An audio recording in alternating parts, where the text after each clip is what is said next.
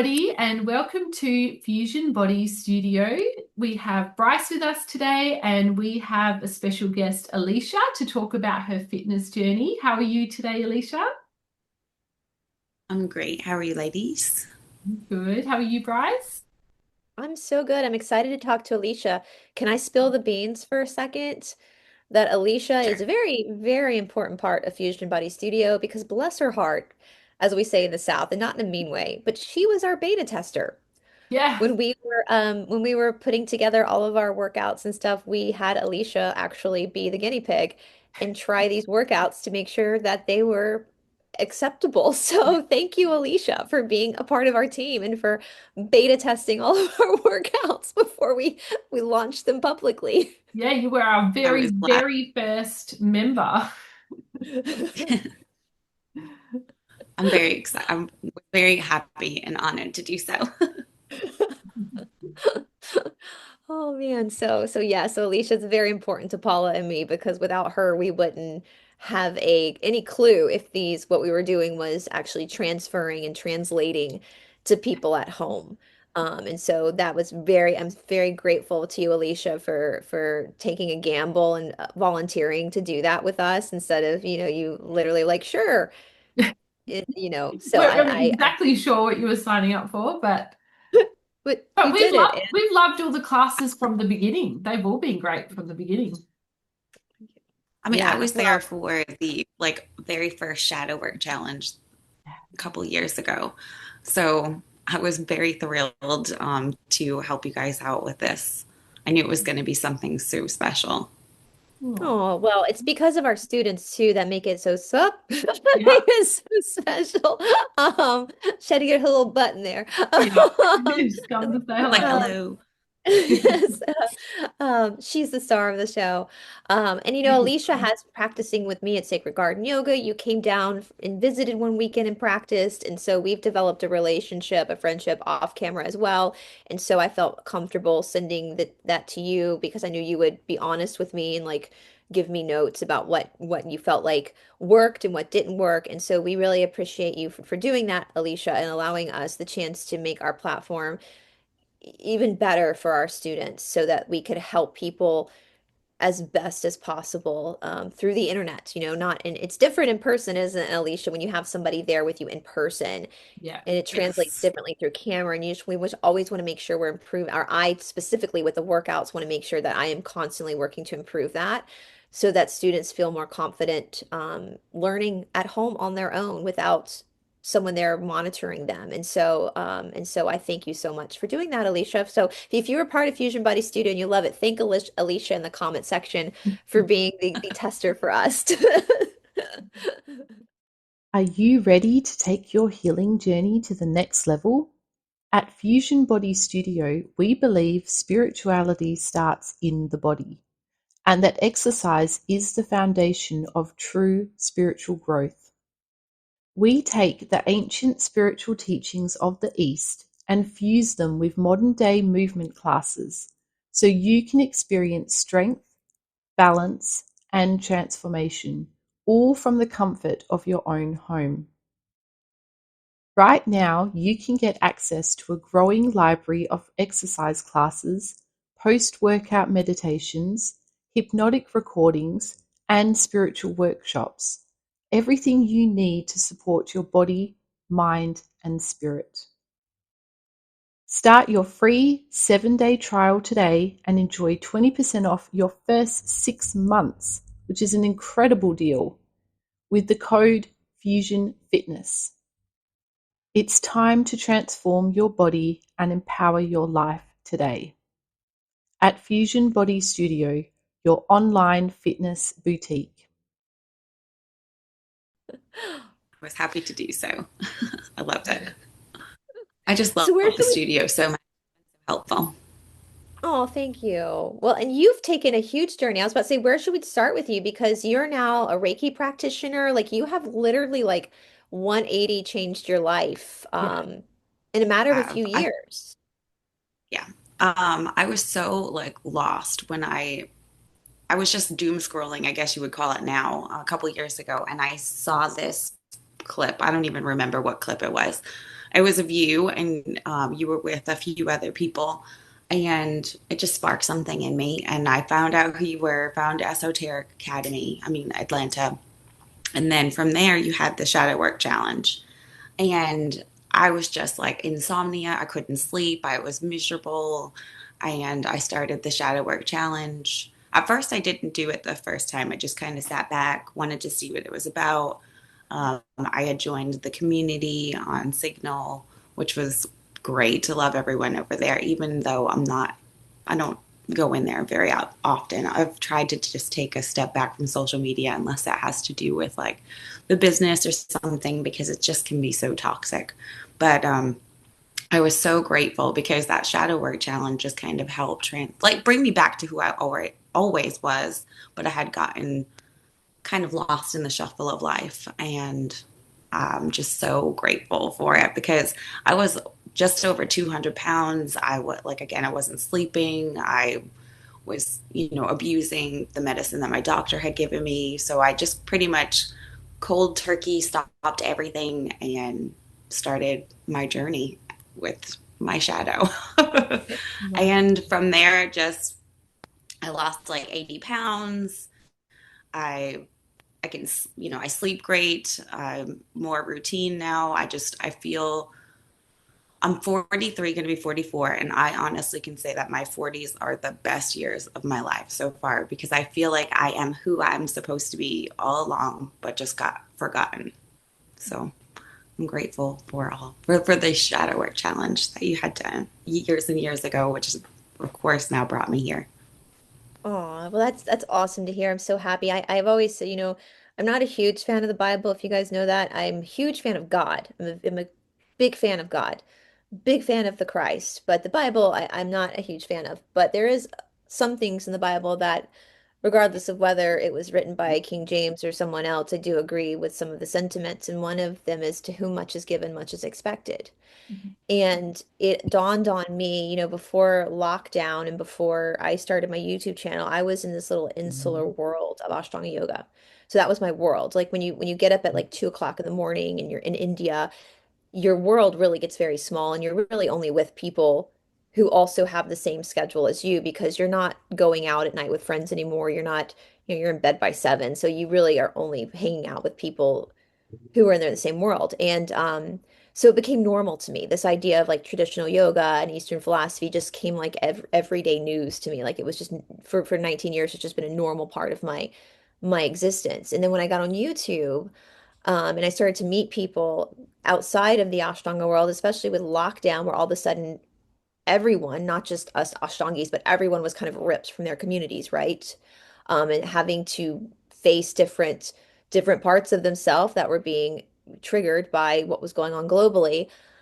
I never had any intention on my channel in Esoteric Atlanta of really even talking about yoga. I was just going to do a fun little urban legend conspiracy channel, and that was going to be it. That was just going to be like a side project. And then once lockdown was over, I was going to go back to teaching Mysore, and I'd probably still put some videos up every now and then for fun.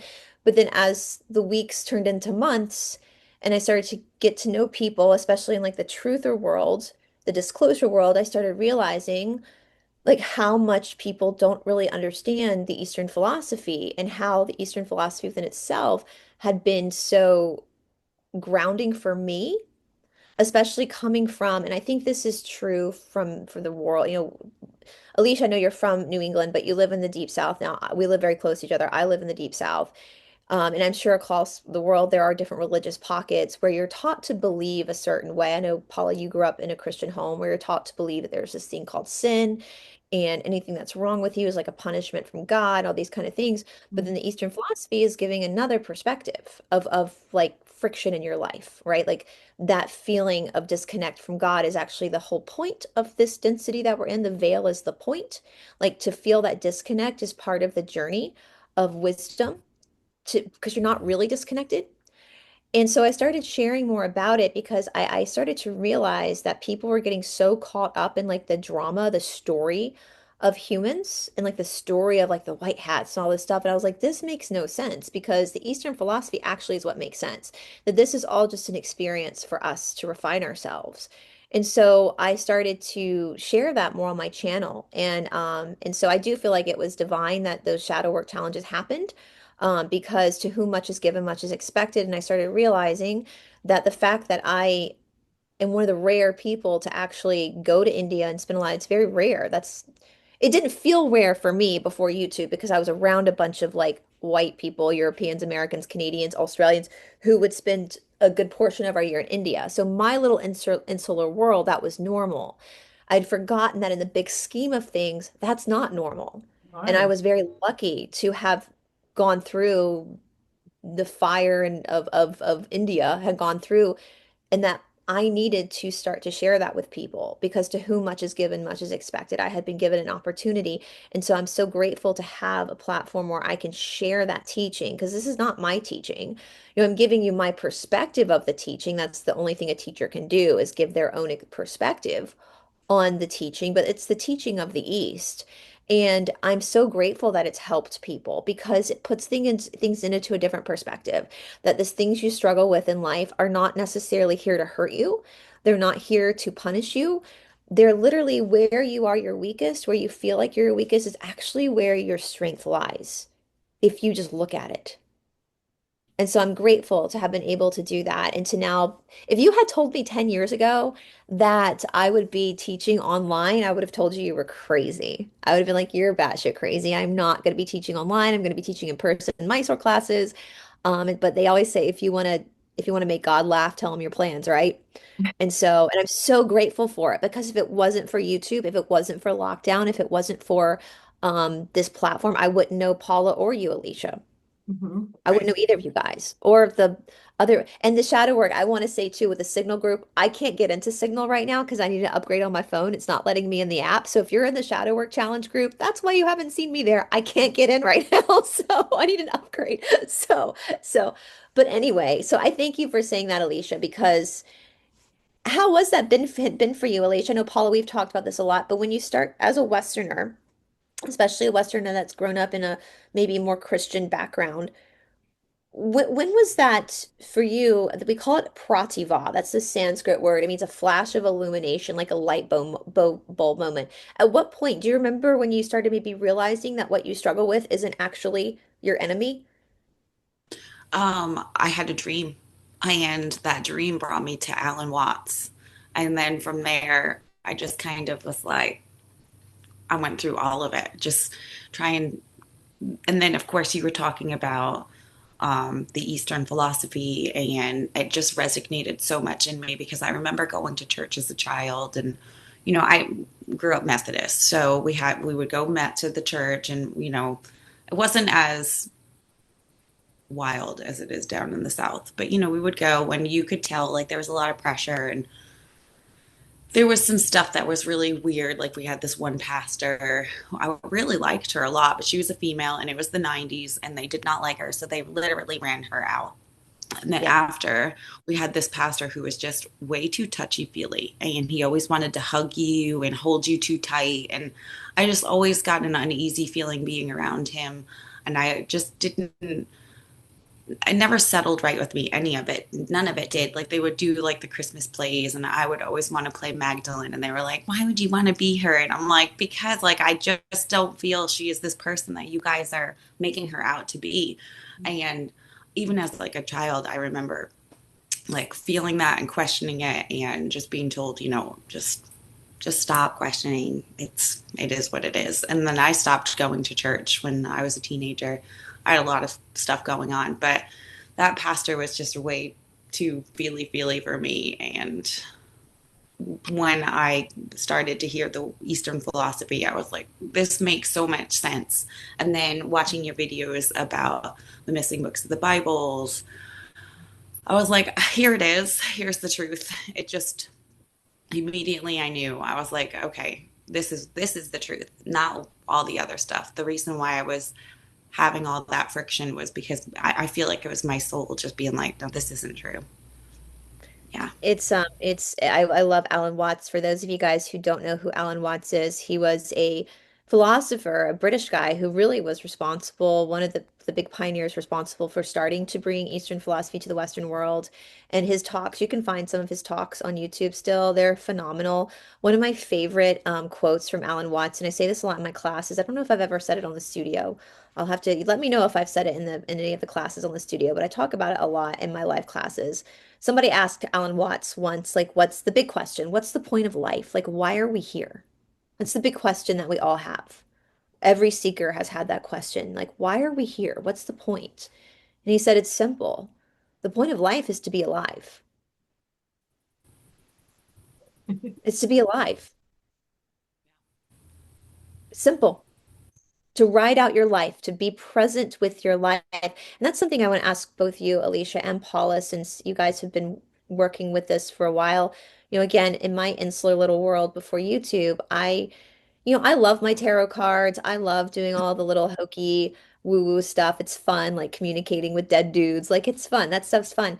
But I had known for a while that that's not really spirituality. Like that's just like communicating. It's like picking up the telephone and calling someone, right? Or texting the other side, right? That's all that is. I knew from years of studying this that spirituality is really about being human. It's about being in your body and not disassociating from the experience. As Alan Watts said, it's about being alive, right? It's not being unalived, like outside. It's not disassociating from your life. It's actually being here for the carpool, the boring stuff, the exciting stuff, the sad stuff. It's being alive. And so when I got on YouTube too, I started to noticing that 99% of the spirituality on YouTube was bullshit. Like it was all of this like stuff about being a star seed or being this or being that. And it's like, but that's not I'm just a girl from Georgia. Like that's the whole point is to like live within this existence. And I feel like religion does that to an extent too, where you have to try to be something you're not to be Mhm. accepted. And we're seeing that transfer over into spirituality, this idea of I have to be something I'm not. And so, with that being said, people often scoff at me about when I say like exercise is the foundation of spirituality.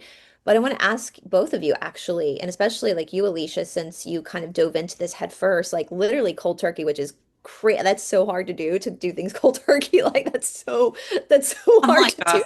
once I I decide something, I'm just head diving in. I commend you for that because even Yeah. I, as a teacher, I'm like, let's maybe not do this cold turkey. Let's take it. But so I commend you for Ease that. into it. So for both of you, like at what point with this prativa, this flash of illumination, did you realize like because so many people think it's crazy when I say that. And with Fusion Body Studio, we are an online fitness boutique. So even if you're not spiritual, you're still gonna we're it's still an online gym that you have at home, but really it's the same thing. Like what you're experiencing in the dance class is spiritual, even though it you might not think it is because you've been programmed to think spirituality is something outside of you. Mhm. It's something you're not. So what has that been like for you, Alicia and Paula, like getting in your body and getting hot and sweaty, like and seeing that not just as a physical workout, but as a spiritual experience? Can you ex versus like how maybe you felt before that? Like, can you do it? Does that make sense what I'm asking? Yes, I don't feel like it's a chore. Like, don't get me wrong, I still have moments where I'm like, oh, fuck, I don't want to do this workout. I'm tired, whatever. I'll make a million excuses.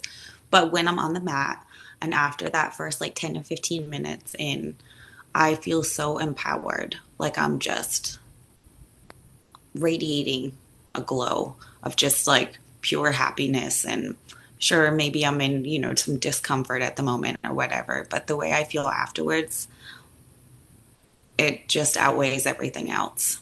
And I can always tell, like, on a day or two where, like, this morning I woke up late, so I didn't get a workout in. And I can just, it kind of like, for me anyway, sets up for a good day.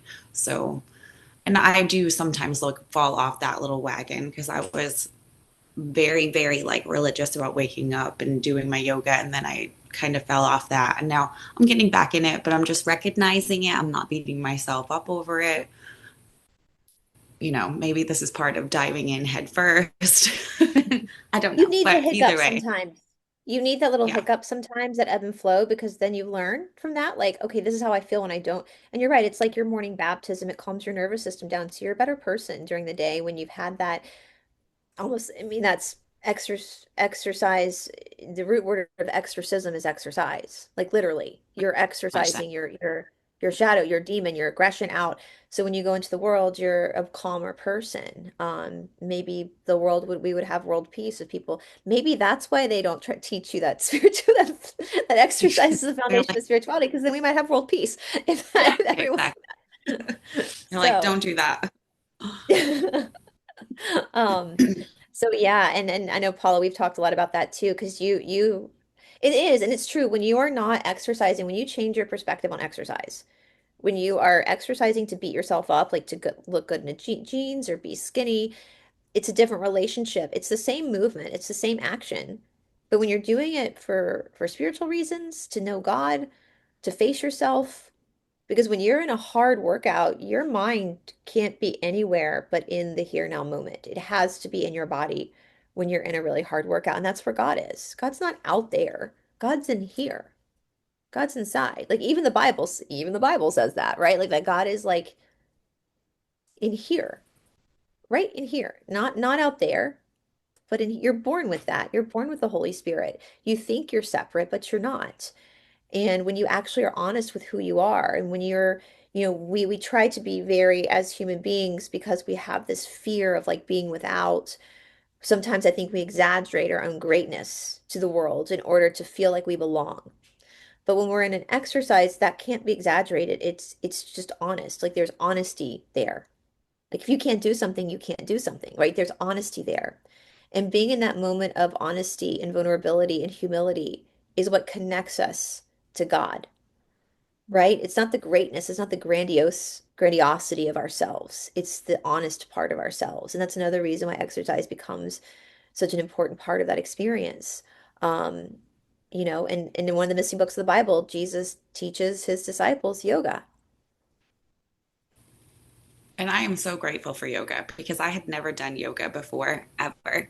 I've seen it. I have been interested, the American yoga, but I'd never gone to a class, nothing. And then even with the shadow work challenges, I found myself not wanting to even do those options. I don't know. I was like intimidated, I guess, by it. And then when I started to actually practice, totally different. I absolutely love it. I'm so happy that it is the only type of yoga I ever knew. Um, I had tried once after doing Ashtanga to go to like a vinyasa flow class. I could not do it.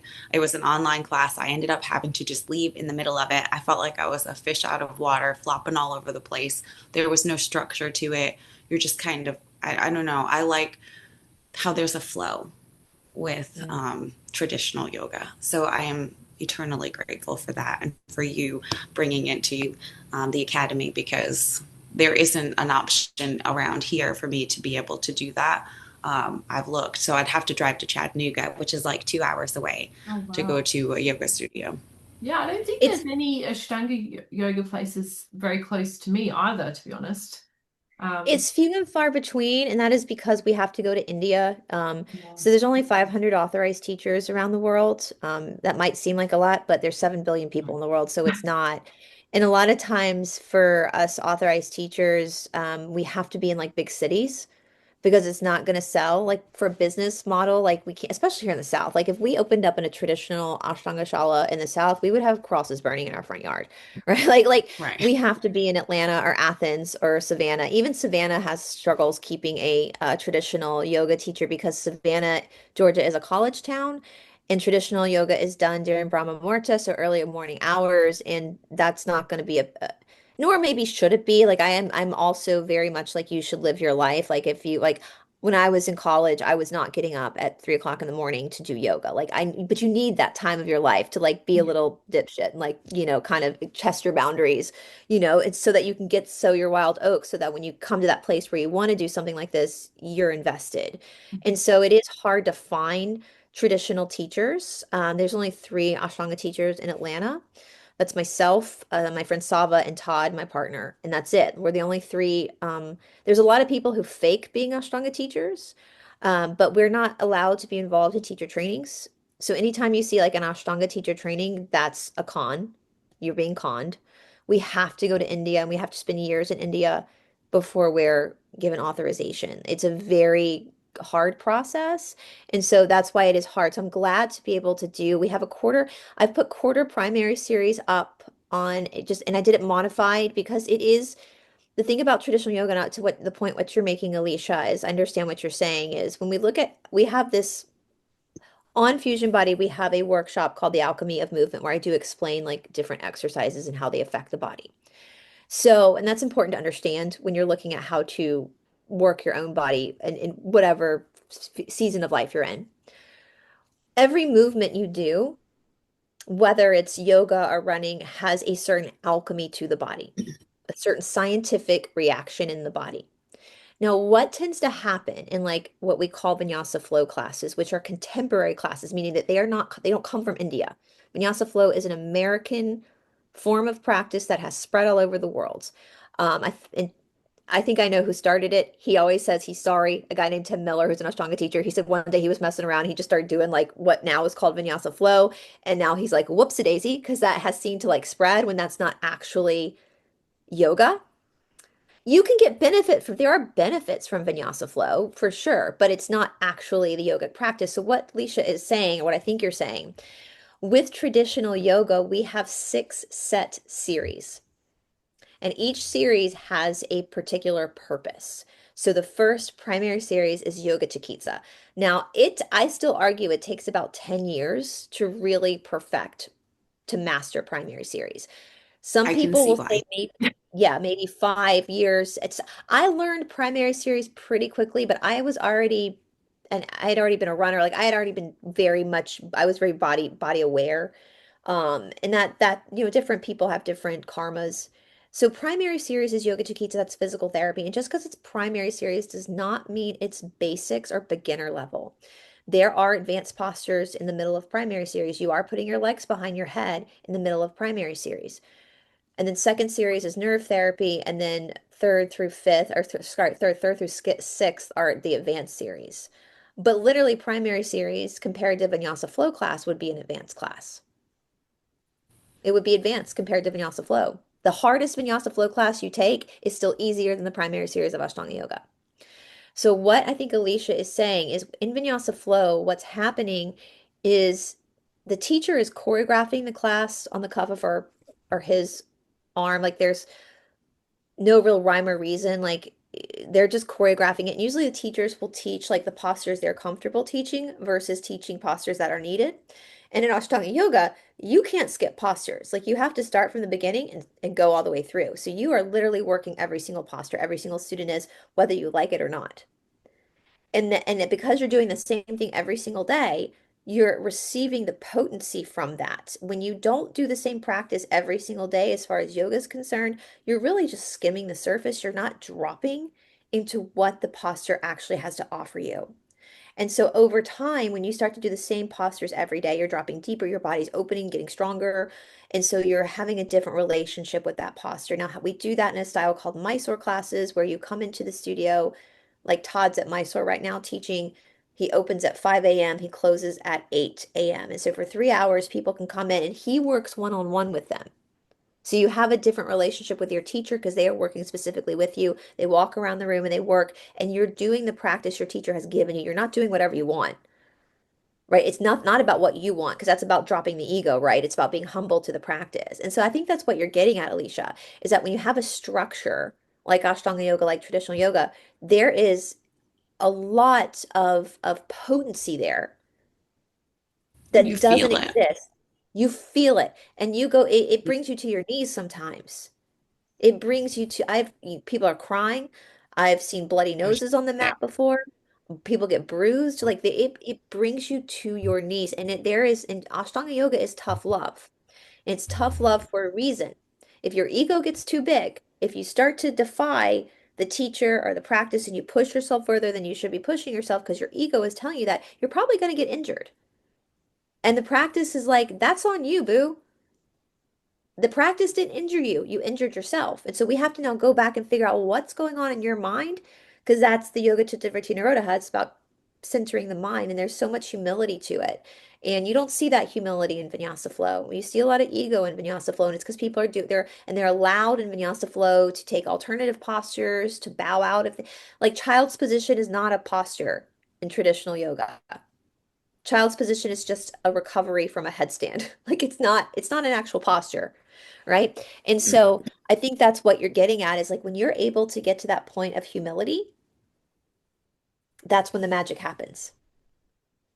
And it helps too because I have back issues from Mhm. work injury when I was a CNA during, years ago. So I was seeing, a doctor all the time. They were giving me spine injections and I had migraines from, I assume now I look back at it, I think it was working as a CNA that was doing it to me. But I was, having to get injections for migraines, they were doing spine injections. And then, I was overweight and miserable. And finding yoga. Honestly, I have not really had any back issues like I had before.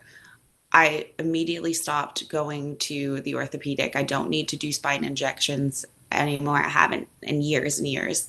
I wouldn't if they offered me $1 million. I would tell them to kindly fuck off. But no, it has like I can tell like when obviously we want to strengthen our backs. And I was under the impression originally that it would hurt my back. And then doing the classes and now realizing no, it's opposite. It's helped me significantly. I can tell when I need to, like you say in the classes, if you have back problems, the best thing to do is to work your core and to do those back bends. And it is fucking true because it has been the thing that has saved me the most. And I am so grateful for that because I remember there was a period of time where I just cried on the couch for like 2 weeks. I had a headache for 2 weeks. I had back pain for 2 weeks. I didn't know what to do. I was just miserable. Um, and occasionally I might get some back pain now, but I immediately know I need to do a video, do an access video, do some more yoga or something. But so yeah, it is super helpful and beneficial. Isn't it just crazy how we're just so programmed to, like, I would never have thought, and before working with you, Bryce, and what you've been through with your spine as well, I would never have thought that exercise would be the answer to back problems. Exactly. It just It seems, is. And that's why that's for the people watching right now. I've had back surgery. I had back surgery at 17. I know what that feels like. I've been there, Alicia. Like I get it. When your back hurts, like that is like one of the worst feelings in the world. It debilitates you. So I absolutely understand that. And it's so funny when I started practicing Ashtanga. The first thing I told my first Mysore teacher was, "Oh, I've had back surgery," thinking that they were gonna get me let me because there's a lot of back bending in Ashtanga yoga. Get me, I was gonna get off of like doing like the drop back stand up and catching my ankles in a back bend. And then my Mysore teacher looked at me and go, "Okay, so more back bending then." And I was like, "What?" I was like, You're "That's like, obviously where we need to work. If that's where you're feeling a weakness, then that's where we need to really focus." And it's true, and that's what I was saying with the practice for people. So when you're exercising for our audience watching, where you feel like you struggle the most, that's where you need to be focusing the most. My hamstrings have always, for some weird reason, because I was a long distance runner, don't know why this is, just my karma, my hamstrings have always been pretty open. So like forward folding, never really a problem for me. Like that was never, my hips are pretty open, leg behind the head, always had fun doing it. Never really a problem for me. Back bending, is where my karma lies. And I've even punched a teacher coming out of a deep back bend in a class once I was so triggered, right? Like this is, but the more I was forced, and my back would get sore, and I tell this to people all the time, and how clever are they? We have these muscles along our spine, these tiny little muscles. When we're little kids, like Scarlett, like little kids, we can flip around, climb trees. These muscles are super active. But as we get older and we start sitting at a desk, wearing high heels, these muscles start to go into atrophy and change. So that's also when back pain starts to happen because these muscles are really important to help the health of the spine. And so when we start to do a lot of back bending and core work, those muscles start to work again and they start to wake up again. And that can cause soreness, just like your biceps get sore, your quads get sore. It's because they're getting stronger. And so sometimes people do confuse soreness, muscle soreness with back pain. And it's literally not that your body is literally just because you think about your skeletal system, your vertebrae, these are just bones. The bones are being controlled and held by the muscles, the ligaments, the tendons. And so if you want to relieve that pressure, if a bone is hitting a nerve, then logically, what do? We strengthen the muscles, the tendons, the ligaments to lift the bone off of the nerve. So that's what's happening. And you're right, Alicia. Whenever I feel some back pain, I know it's one of two things. It's either because I'm about to get my period, and that's just science, that's just Mother Nature, that's just Aunt Flo's arrival. And I'm like, okay, it's just gonna be a little sore for a couple of days because my uterus is acting up. If it's not before my period, it's because my core is experiencing a little bit of weakness. And so, like you, Alicia, I go, okay, thank you for telling me. My body is telling me that something is out of whack. And so I can go and then do what I need to do to pull it back into its proper placement, which then gets into the Sushumna, the Kundalini that runs up the spine. Also, hips too, lower backs. A lot of times, our hip girdle, because of sitting in a chair or driving a car or wearing high heels, the hip pelvis girdle gets pushed a little bit too far forward. And so, when we do particular works, it pulls the hip girdle back into place, which also relieves pain. But how amazing is that? And when you really start to think about it, for me at least, with my back issues, when I finally understood what they were saying, I was like, son of a bitch. I was like, that makes perfect sense. Like, why am I shoving down ibuprofen and getting steroid injections Right. when literally I That can just go, yeah, I mean, come on, like I can do this myself. yeah. Yeah. And that's what Eastern philosophy says, right? Like you can control this. This is your the power is and it's taking your power back, isn't it? When Yeah. you're It, constantly seeking somebody else to make it better, you're selling your soul. yep. And like I think back to, before seeing doctors, I was, there was a point in time where I was in nursing school. I was doing my prerequisites for nursing. I was working full time.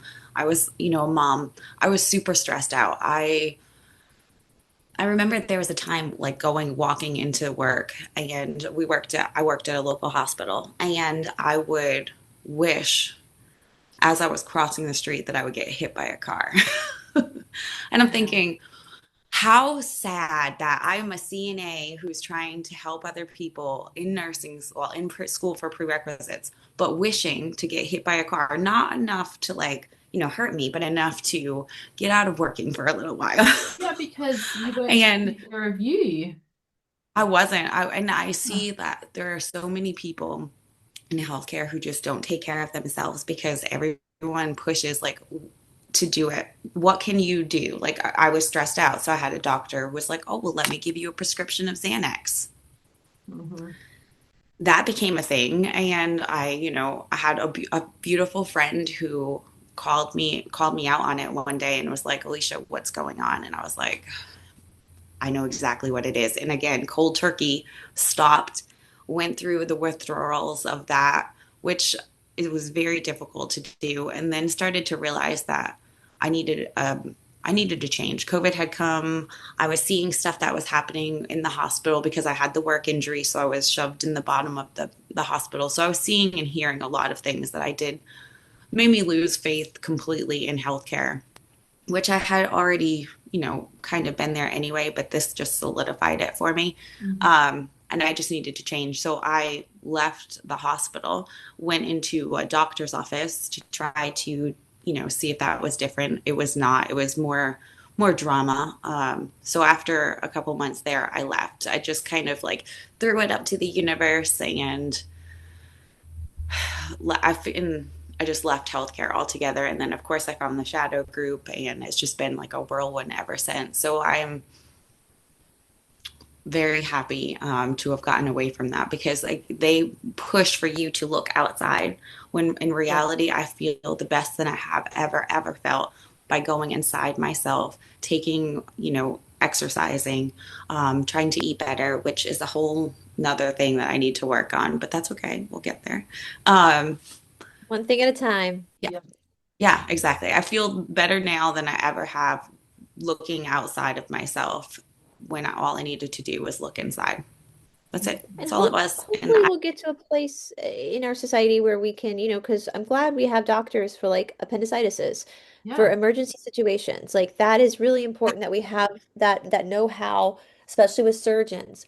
But hopefully we will come to a place where it can be balanced, Or we can Yeah. have doctors that recommend exercise first. Like, let's try to get your body healthy first before we do anything invasive. Because it's invasive. A lot of the stuff they do qualifies you as a trauma patient if they open, like, and so, yeah, you're right. But religion asks you to look outside of you. The system that we live in, the matrix, is always outside of you to make you happy. More money, find God this way, not that way. Heal yourself this way, not that way. Everything's outside of you, but it's all inside. I wanted to touch on something with you, Alicia, that a lot of people, because I want to get to how you're basically have done a 180, because now you're a Reiki practitioner, and that's, even though that should be part of healthcare, it's far from our system, our authorized system of healthcare. But I wanted to talk about your weight loss for a little bit, because so many people struggle with this, especially women. And I believe, in my opinion, now I know that this is all nuanced,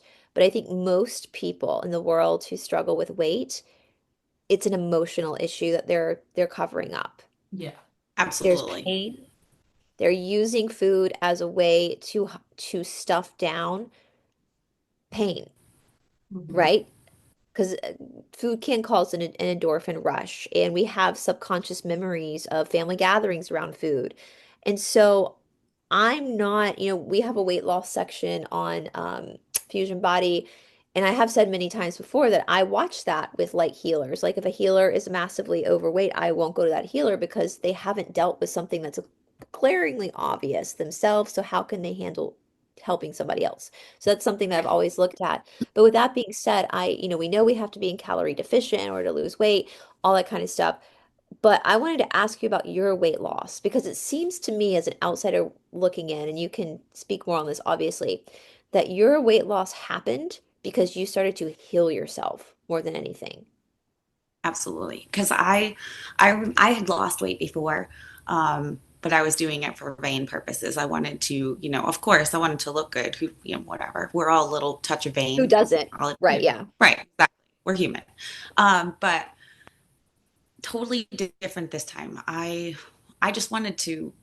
I don't even really know how it started. I just wanted to heal like myself really, and then everything else just kind of like um, worked itself off my body, literally. Yeah. Um, but yeah, I did lose 80 pounds. I have like, of course, like it's an ebb and flow, like you said earlier. I've gained 20 pounds back. I was upset with myself about it at first, but I'm not anymore. Because I realized, I guess I needed that so I could recognize that I didn't want to go back to where I was, and that I needed to see just how it felt to have that difference. Because you think, well, 20 pounds is, I mean, but it does a lot. Like you can, like I know I need to go back to it, and I know my issue is food. So I just need to readjust there. So, like you've said before, like when I had done the physical stuff and then I gained the 20 pounds back, and now I'm realizing it's the mental stuff that I need to work on with food. So, I had gone and I'd seen a therapist who had, helped me with some EMDR to deal with Yeah. some stuff from my past when I was a kid. And now I'm going to go back and see her, and we're going to work on my issues with food, because that's really what it is. And I just recognize that it's fine. It's no big deal. I'm not going to beat myself up over it, because I recognize and I feel so much better um, being in this body now, and not even for vain purposes. Like, sure, I might like walk by the mirror and be like, oh, look at this chub on my tummy, but whatever. Again, that's just the human part of me. But um, Right. yeah, I don't know. Well, can you tell our audience, because I've done EMDR before and I love EMDR. Can you explain to our audience what that is? Because I'm a huge believer in EMDR therapy. So I had gone, and she had done like the tapping, and like she takes your arm and she like does this thing with your arm where she's literally listening to my body speaking to her through like movement with the muscle. And you just sit very comfortably in the chair. And Lucinda was amazing. Um, again, I wanted to kind of deal with some stuff that I dealt with my parents, and I had a lot of stuff happen, and just kind of wanted to move through that, because obviously it was a trigger for me now in my 40s. And I didn't want to hold, because I thought I had forgiven my parents before, and I didn't. But I truly now realize, obviously through spirituality, that my parents were also just living their karma and going through their own spiritual contract, soul contract.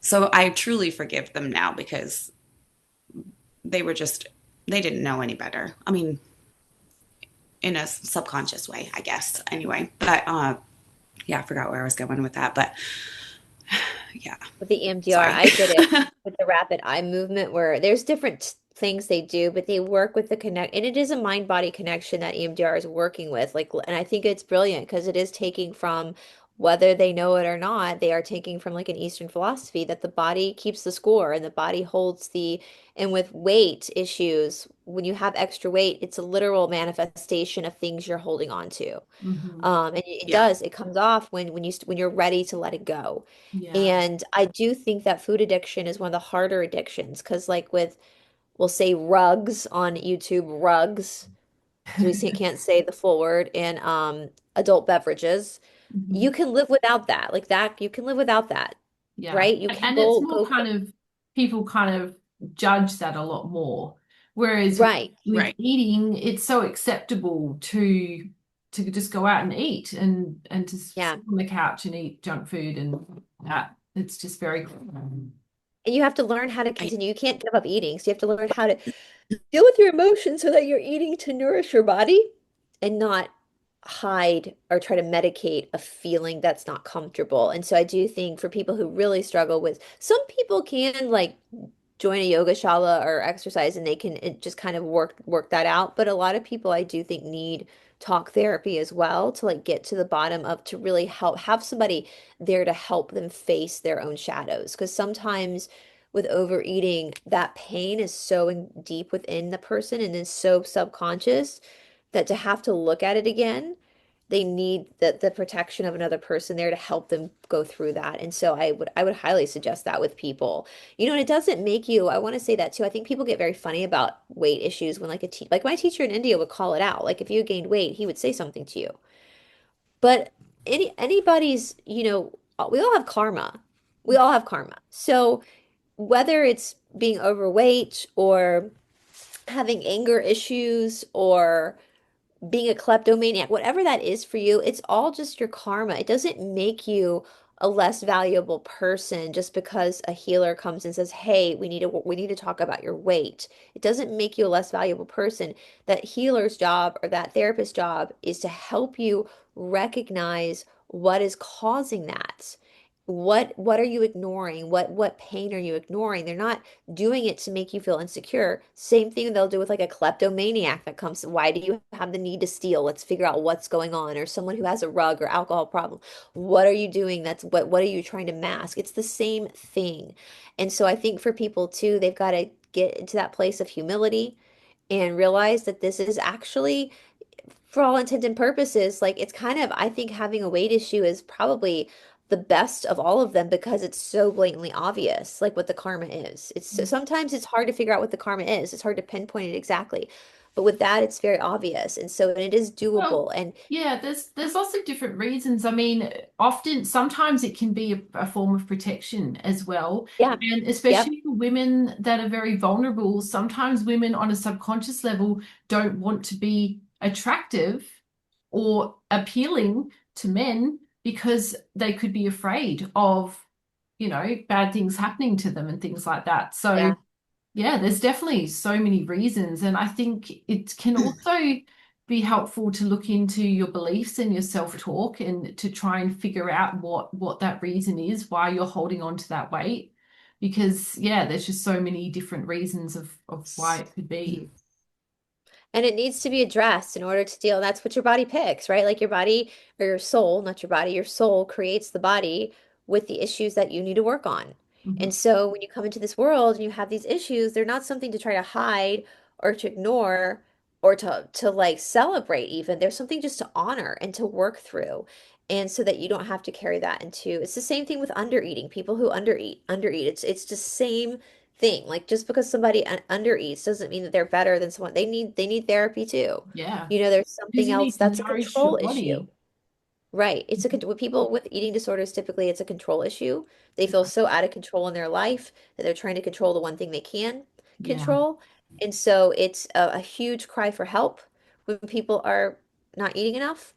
And so it needs to be recognized and worked with just like overeating. And I also too, another thing too for people, it's also a lot of it times it can be a dosha issue. People don't know anything about the doshas in the Western world. So if you're not eating food that your body, the disposition of your body can work with, it's going to continue to give you hunger signals because it's looking for the nutrients that it actually needs to function. And so Yeah. that's why it's important to understand the dosha system, which this isn't the video for that. We have tons of videos on that our platform and a worksheet about that. So Yeah. I wanted to transition to what Alicia is doing now. You started off in this very matrixy job. You in your heart of hearts, you wanted to help other people. Your intentions were there. You wanted to help people, but you started to have issues because your soul obviously was struggling with the beliefs of your mind and being in this industry that obviously, and I think you were talking about hoping you get hit by a car. I think that happens to a lot of people. I remember times in my life where I'd be driving my car and think, I wonder what would happen if I just just drove off the Yeah. road. Like people, and that's a huge sign that you are miserable in your life if you're actually Yes. entertaining ideas of drastically changing it in a negative way. And so I know that probably resonated with a lot of people. I think a lot of people have thought that. Marnie Alton, in one of her interviews, I remember her saying that once, that she was getting to a point where she hoped she would get into a car accident, right? So these are huge signs that things got to change because you are so miserable, but you're not supposed to be miserable, right? You're living in the matrix, you're doing what you're supposed to do, but you're having to mask a fake smile when you're dying inside. And so Right. you took that opportunity, you changed, you got back to you got your health back, you've started to get your know yourself better, back to who you initially were outside of what the world's telling you have to be.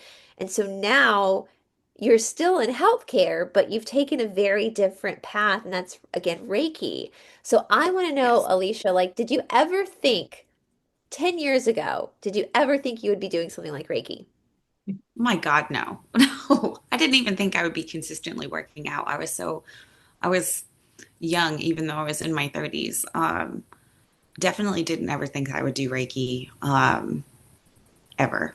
It wasn't even on my radar. Of course, when I was a teenager, I'd fooled around, did seances and, played with the tarot and things like that. But I had children. I had a daughter when I was 19. I'd gotten married young. So again, like all that stuff just kind of took over. And then, of course, I was always into the crystals and, all that. But again, it was a dream. I don't dream. And then I have these dreams that will come to me and they are extremely um, vivid. And I mean, I do not dream. Every single night I go to sleep and I don't dream. So when I have a dream, I remember them. I'm very emotional over them. Sometimes they're people who I've known who have passed on and they'll come visit me. And, that's a whole nother story. But the Reiki just kind of like, I don't even remember exactly how it was. It came to me in a dream. I woke up, you were talking about Reiki one day. I had someone else who was talking about Reiki. And I woke up and I found a Facebook for a woman here locally who does Reiki. And again, just dove headfirst into it because that's just what I seem to do. And I learned about it and I was like, this is kind of what I feel like we do this all the time anyway. You'll put hands on yourself and, you'll take those deep breaths and they're all to ground yourself and to bring your energy, clear your energy out. So again, it was just one of those things where everything came full circle. I jumped in, I went and I got my first level certification back in April. And then in June, I got my second certification. And then after the new year, I will go and get my master's certification. I was going to do it in October, but I was like, too much stuff is happening. I just gotta wait a little bit. Yeah. But it has been great because I've added it into my routine. So I wake up in the morning, I do my workout, I'll give myself Reiki, then I do a meditation, then I come out and I, work on some Reiki videos or, I've been making herbal hair blends. There's a local metaphysics shop down the street from me. I purchased my botanicals from her. A lot of my crystals I'll get from her because she's a local female-owned metaphysics store. So I want everything in the business to be, sourced locally as much as I can. Yeah. That way I'm helping out small businesses. I'm helping out other women who are starting their own businesses. Um, and then I don't have to go and buy my own herbal hair oil or my arthritis blends because I'm making them myself. I have an infuser. I just, I bless the oils or whatever it is I infuse it with the Reiki and, give Reiki to my animals and just, if you consent to a Reiki. And what I love too about Reiki, and it's kind of, I guess when you understand the quantum, then it's easier to understand Reiki because it doesn't know distance or time. I could do a Reiki session right now and send it to you, and then when you're ready to receive it, you just call for it and it will start coming to you. And I just think that is so Magical. awesome. Really incredible. And It's interesting it's to so crazy because, oh, sorry. no, go ahead, go ahead.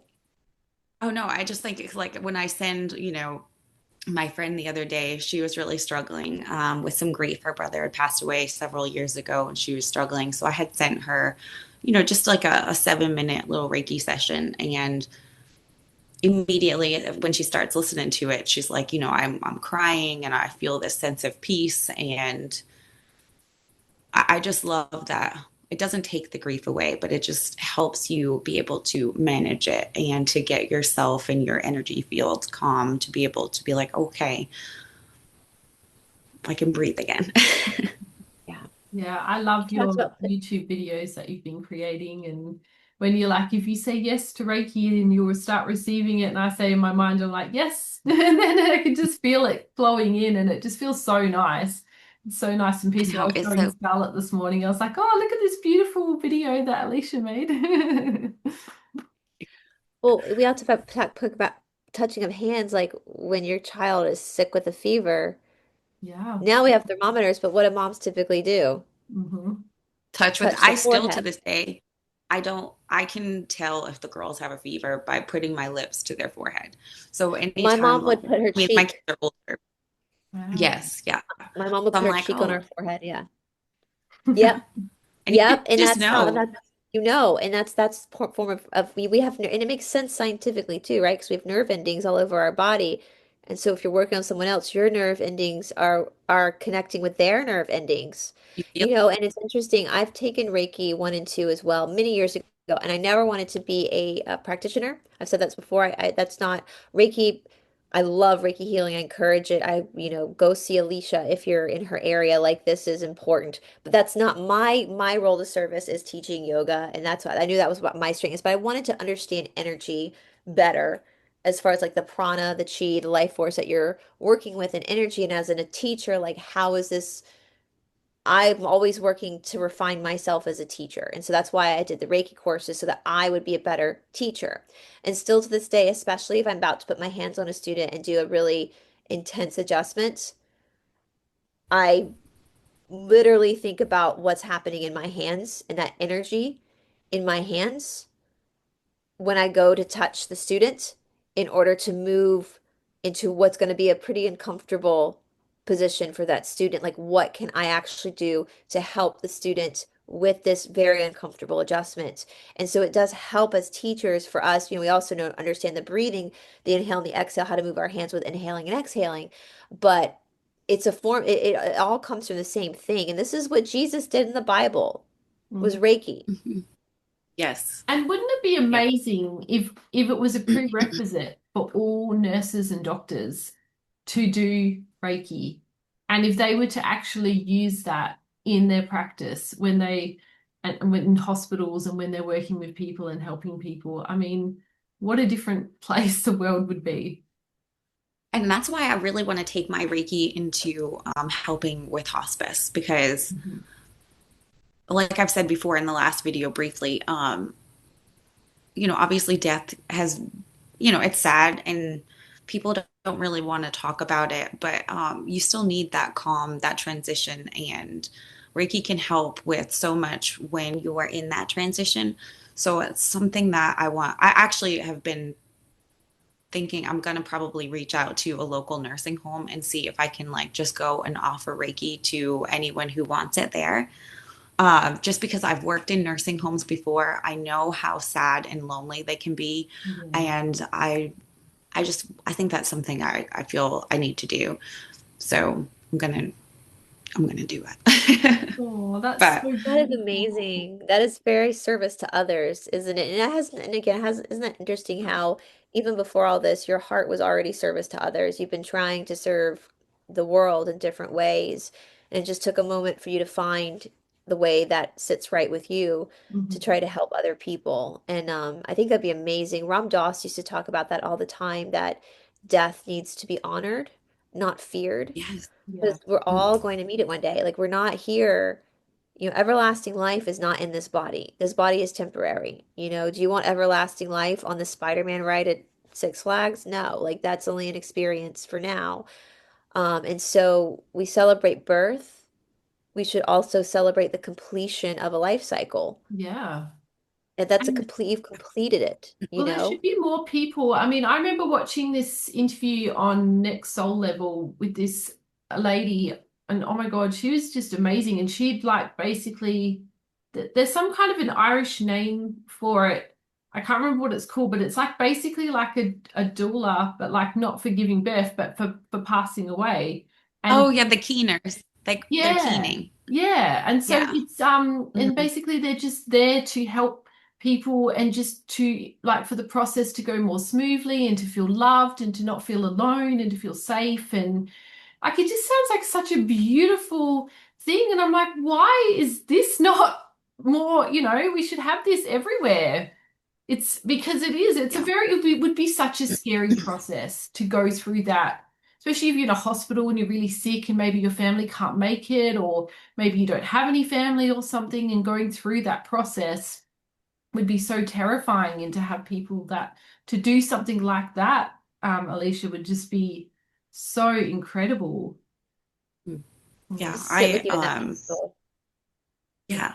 I I took care of both my grandparents when they were passing away. So I think back and I'm like, oh man, I would have been lovely to be able to have given them Reiki, but I'm happy that I was there for them, of course. Mhm. So, but I grew up, I'm Irish, so I had seen what it was like for my dad's side of the family to be able to, of course, we were sad. We, missed my grandmother, Yeah. my grandfather, whoever had passed on, but there was always a celebration. Like there would be some tears, people be upset, but it was more of like, of course, they're Irish, so there was alcohol involved, but let's have a drink over our, family member, friend, or whatever, and let's talk about, their memories. Let's not forget them. Let's, cry about it in the moment if we need to, but let's celebrate their life. And I remember as a young child thinking this right here, because I had gone with my mom's mom to a funeral and it was so sad and so heavy and so dark, and everyone's like standing around the casket and then I remember the funeral or like the celebration of life versus and I was just like, this is how it should be, because that person had lived this long life or short life, I don't know, and but they got to live and love. And so I know, so that's pretty much why I want to take my Reiki and focus into hospice. Of course, all Reiki, but mainly hospice, because it is so taboo, and I don't want it to be like that for everybody. It should be a beautiful thing. Even if it is sad, of course there are sad circumstances. I understand, but I still want to make it beautiful. Yeah. That's amazing because it's inevitable. It's inevitable for all of Mhm. us. I mean, we think about us, speaking of animals, we do that with our animals, right? When they are Yeah. passing, we're there with them to let them go. And it's heartbreaking Exactly. and sad, but we're there with them when it's time for them to leave. And and it's Millie's like, yeah. But it's inevitable and it's so funny. Animals will fight to stay alive, but when it's their time, they handle that with so much more grace than humans do. And I think it's because animals don't have a veil. I mean, cats notoriously will go off by themselves but Yeah. they just accepted that it's their time. Yeah. And and you're right, it's inevitable. It's happening, it's going to happen to all of us. I know Ram Dass talked about, and then the Tibetan Book of the Dead actually speaks about this as well, that traditionally when we die, what will happen if a person is able to is they will instinctually sit up.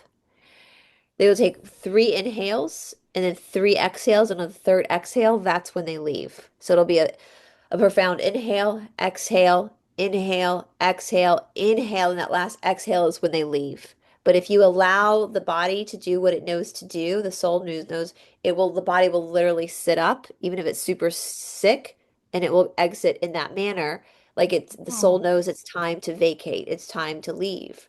And it's the soul is perfectly okay with it because the soul knows all. The soul knows that this is just a ride for right now and there's more rides to take. And it's the mind that gets attached, and it is our disconnection in third density on purpose, the veil that we have where we do feel that disconnect from God. We're not mhm. really disconnected, but that's just part of it. And so to honor the process that a life has been completed. Um, is a beautiful thing because you can't stop it. You can't stop it from happening. It's going to happen to all of us one day. It has to happen. I mean, I love my life now, but I don't want to be in this life for eternity. Like, I want to try new things, right? And go on other adventures. So, and so that's a beautiful, beautiful thing to be able, and perhaps that could actually heal some karma as well, because I know I believe in past lives, and how many of us in the past have had violent ends, you Yeah. know? And to Exactly. be able to have a peaceful transition that could be a completion of karma, Hmm. and so I I agree. I remember, think that's, sorry, I was just thinking when my grandfather was going, we had gotten him a nurse so he could be at home. And my grandmother had passed away a few years prior. So we were at the house with him, and he had the hospital bed, and we set up a space for him. And I think it was like a day or two before he passed away. He was yelling and arguing with my grandmother. Mind you, he was like almost in a complete like coma at this point. But he like wakes up, I think it was the day or two before he finally passed, and he was yelling. Him and my grandmother were bickering back and forth to each other because he was saying, Marge, I just don't even want to listen, or something like that. And he said my grandmother's name. And I remember looking at my dad or whoever, and I was like, oh, grandma's here. I was like, yes, so I they do knew that that. it was coming because she had come to be with him. So yeah. And I That's a always knew, beautiful like, thing. yeah, Yeah. it really was. And it brought me so much peace because I was like, oh, good, grandma's here. And like everyone else, obviously is just waiting for him. Um, and I always intuitively knew too, because when they actually did pass, I would always get the phone call. And as the phone was ringing, I knew before I picked up the phone what it was. So I was like, oh, Yeah, they're the time gone. has come. They're not gone. They're just out of there. They just vacated their No. body. And that's funny. My grandmother did the same thing when she was on her deathbed. She was having conversations laying in the bed with my grandfather who had died 4 years previous. Like she was having full-on conversations with Bubby is what his nickname was, that she'd call him. And her mother. She was talking to her mother. Like they were, and they were in the room waiting. It was a few days before she passed away. They were there with her to help her transition out of her body. And that's reassuring to know that we will have loved ones there to greet us so that we're not scared, Yeah. because we're still in that state of unknown. And it's so funny when my grandmother passed away in 2021, my dad, my final remaining grandparent, my dad's mom, she was struggling with dementia. And my grandfather had passed away in 2017, her husband. And actually, we just passed her death anniversary. It was October 10th. And that morning, she had been telling the nurses all morning that she was going to get to see Ed today, my grandfather. I'm going to see Ed today. Well, she had dementia. So the nurses and she had gone on and off from not remembering that he was dead. Like she struggled with that. So the nurses kind of thought she was having a dementia episode. And then that afternoon, she passed away. Well, come to find out, October 10th was their wedding anniversary. So she passed away on their wedding anniversary. And I think he was there in the room with Oh, her saying, I'm going to come get you today. I'm going to come get you. Mhm. And so And my grandfather Ed was my grandfather who had had a near-death experience when he was in his 40s. He had a major heart attack, um, like 45 or something. Looking back, when I was a kid and I would hear this story because it happened before I was born, I was thinking, oh, he was an old guy. Now that I'm 42, almost 43, I'm like, that's young. Not Right. Like, 45 is young. He had this massive heart attack, and they ended up doing some medical procedure on him that had only been done like by three other people or something at this time. Again, this is before I was even born, so I'm sure they do this stuff all the time now. But he would tell the story over and over again. It never changed. That he remembered floating above his body and like seeing the doctors and the nurses work on him, listening to what they were saying. And then he saw a light that he says you can't really explain the light. Like it's not explainable, but he knew to go into it. And he claims that he saw Jesus come out. I think the person you see come out is whoever you're going to be comfortable seeing. Mhm. And he kept saying, Ed, it's not your time. You can't come any further. You have to go back to your body. You can't. And Ed said that it was so beautiful there that he didn't want to. My grandfather, like, threw my grandmother under the bus and was like, Marianne's got this. She can take care of. Meanwhile, she had like teenagers. Like, she can take Wow. care of the kids. She's a strong woman. She's fine. And Jesus was like, no, you got to go back. Like, you have to go back. And the next thing he remembers waking up in his body, and he was telling the doctors this story, and I think they thought that he was just some like chemical reaction in the brain and that it didn't really happen. But then my grandfather recounted everything they said in the OR when he technically had flatlined. Mhm. That's people like, oh, but he was always joyous at his sister's funeral, my great aunt Jane. This was probably God, like 2013, 12, 13, something like that. His sister, they were living in Tennessee, Cleveland, Tennessee.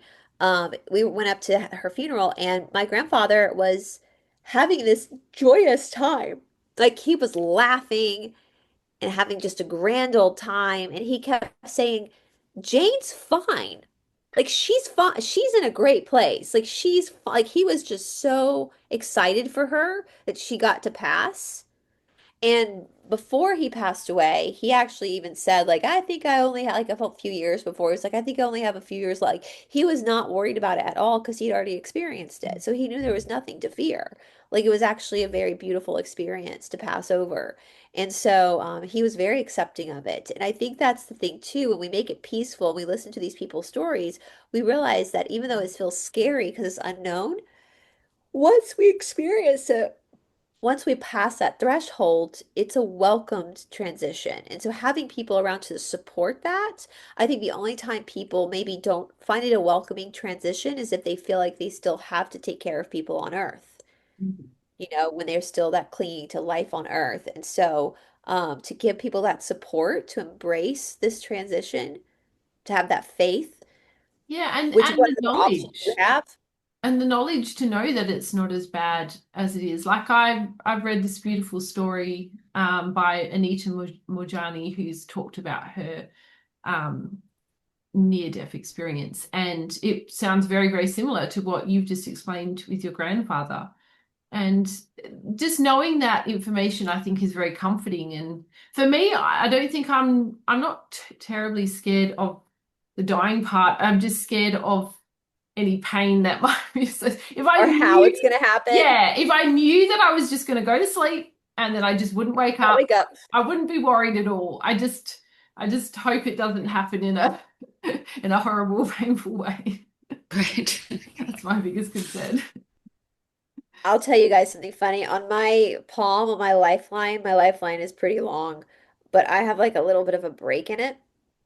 And I've questioned palm readers like, what does that mean? And they like won't tell me. I have a feeling that it might mean a near-death experience too. And that's kind of freaked me out a little bit that that's on my palm, that it looks like there's a little break in the lifeline before it continues again. Um, but it looks like it will happen closer towards the end of my life. I mean, my line's pretty long, so it's that line, Yeah, right? we're That all line that in our goes palm. right here. Um, right here. You also have you have like another thing. I know this is big for wanderers under your ring finger.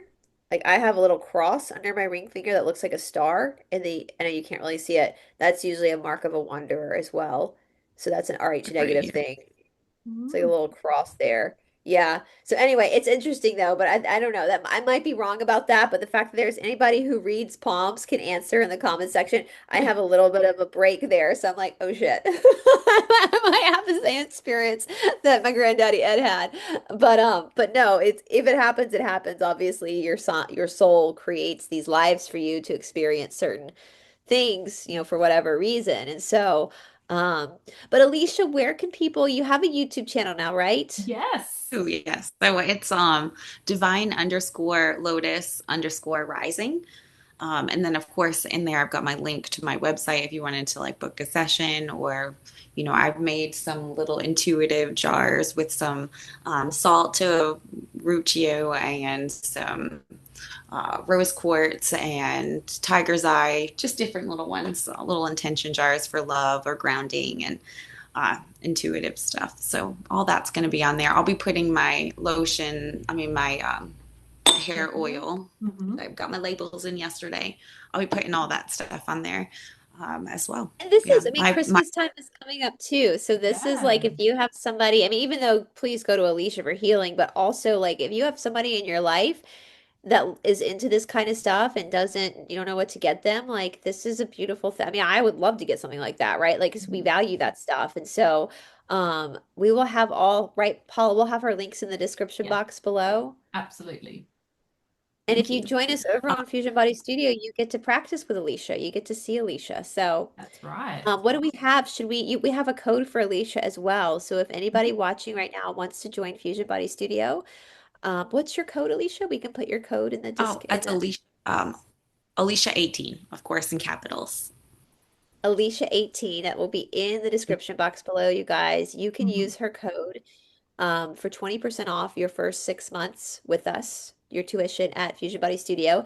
And you also, as always, Paula, I think one thing I love about what we do, if I could pat us on the back for a second, is we give 7 days of a free trial regardless. Like you get 7 days before your card is charged because Paula and I really, and Alicia, like we are a service to others. We want to use our what we've trained our business as a way to really help people. It is a business. Mhm. We try to keep our prices as reasonable as pretty low, actually. We keep our prices low. We can do that because we have unlimited seating, right? We have unlimited seating. And so we can keep the prices really low to try to help people out as much as possible. And so we do give you 7 days of a free trial so you can try us out. And if you decide after 7 days it's just not the shala for you, that's totally fine. You can cancel before we charge your card and no big deal. Yeah, But and if you it's decide and you it's can cancel just by yourself within the account. So it's not like you have to go through a complicated process to do that. But it's right. amazing and you're going to love Yeah, it because there's you so, wouldn't want to cancel yeah, anyway. yeah. We have so many cool students, and it really, the You students do. do. If it was just Paula and me, it would get boring. But we have Yeah. so many cool students. We have so many, I can't wait to talk to all of our students about their journeys. So many really distinct personalities in there. People coming from all different walks of life, different countries.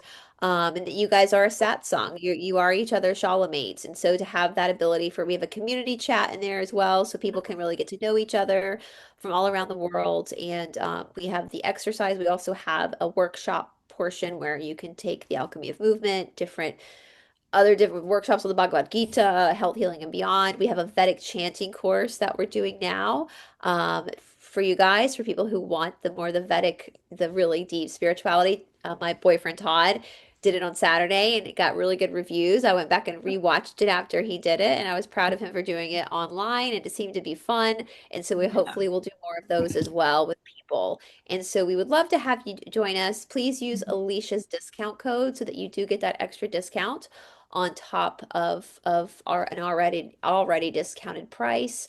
Just want to say this really quick because my laptop is about to die.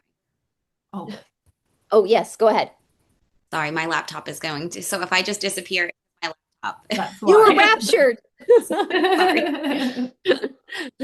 Sorry, guys, technical problems. Yeah. This is this is just the life of a Zoom meeting, right? But anyway, while I'm waiting for that, Paula, we also are looking at doing for the holiday season, doing gift cards. So if you would like to gift your family a gift card to Fusion Body. So Paula, if people are interested in doing a gift card for their loved ones for Fusion Body, can they contact you?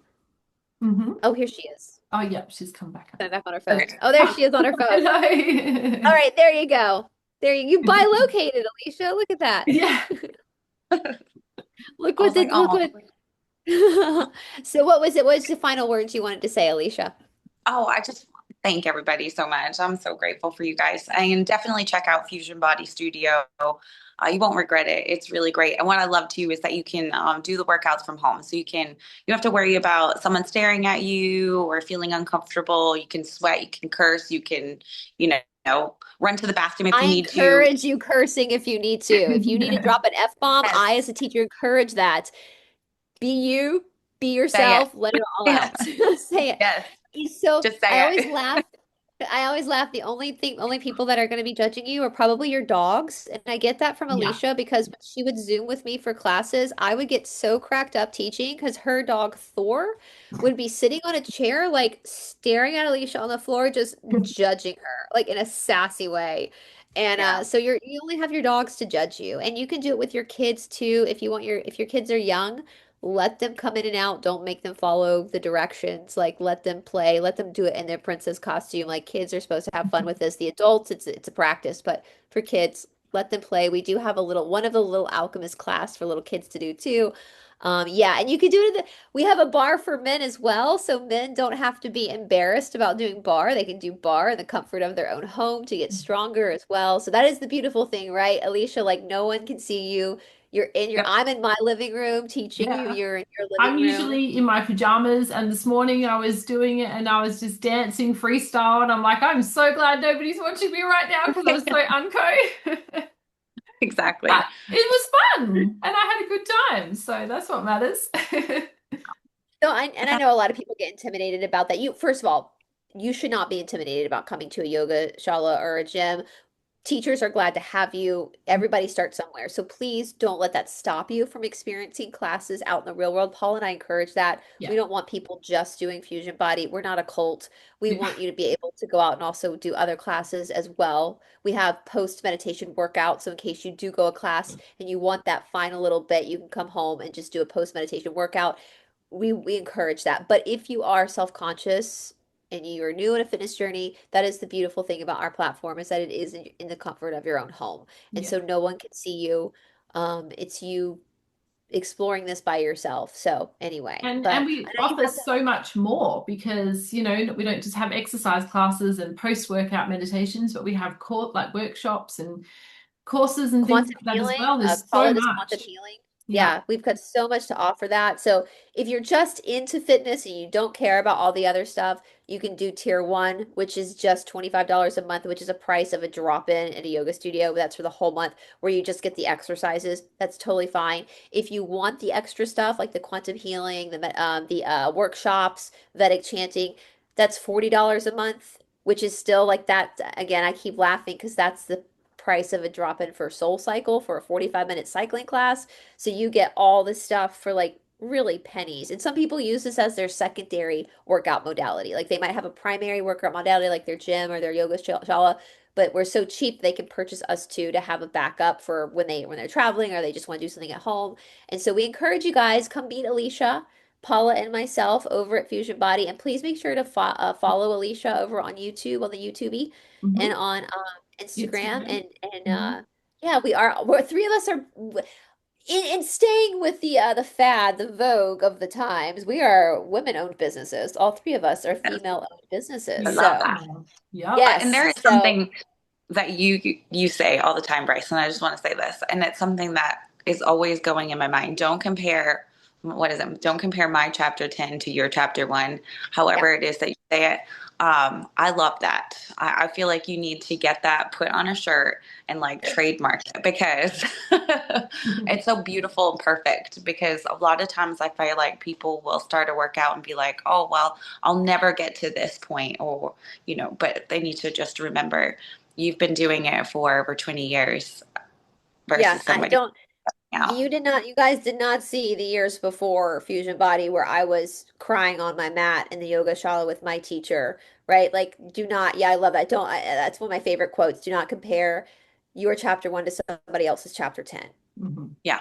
Don't do that to you. That's not fair to you, and it's not fair to the person that you're comparing yourself to because and you want your teacher, trust me, you want your teacher to be 10 steps ahead of you. Yeah, You absolutely. want your teacher to be fitter than you because they're going to have that, then they're going to be stronger to help you. So, and the teacher's not, trust me, I'm not, listen, as Sharat used to say, and I agree, and I know you have to go, Paula, but we'll end on this. As a teacher myself, and I'm sure a lot of personal trainers would probably agree with me on this. If you want to impress me, be a kind person. Mhm. Your athletic performance doesn't impress me. I've seen it all. I've done it all. There are a lot of flexible assholes out in this world. There are a lot of flexible, strong assholes out in this world. If you want to impress me, be a kind person, be a cool, kind person, and that it doesn't matter. Your athletic ability does not give you value. The only thing we're doing with your athleticism is sharpening your soul. That's it. We're not auditioning for Cirque du Soleil. We're not going to be in the Olympics. We're using your body to find yourself. That's it. So yeah, don't compare yourself. Don't think you have to be a certain way. Just be you. Yeah. Clumsy, klutzy, and all. Just be you. That's Be all that matters. authentic. Yes, Exactly. yeah, drop those F-bombs if you need to, and it's fine. It's fine. So anyway, but I know you have to go, Paula. So this was so fun. It Thank I know you, was. how to. It was Alicia. awesome. And thank you so much for sharing your story with us, Alicia. It's so lovely. Oh, thank You've you. come so far. You should be so proud of yourself. Yes, definitely. My inner child is very happy. She's like, "Oh, good, you little kick-ass thing." Awesome. That Well, spunk thanks is back. Your everybody. spunk is back.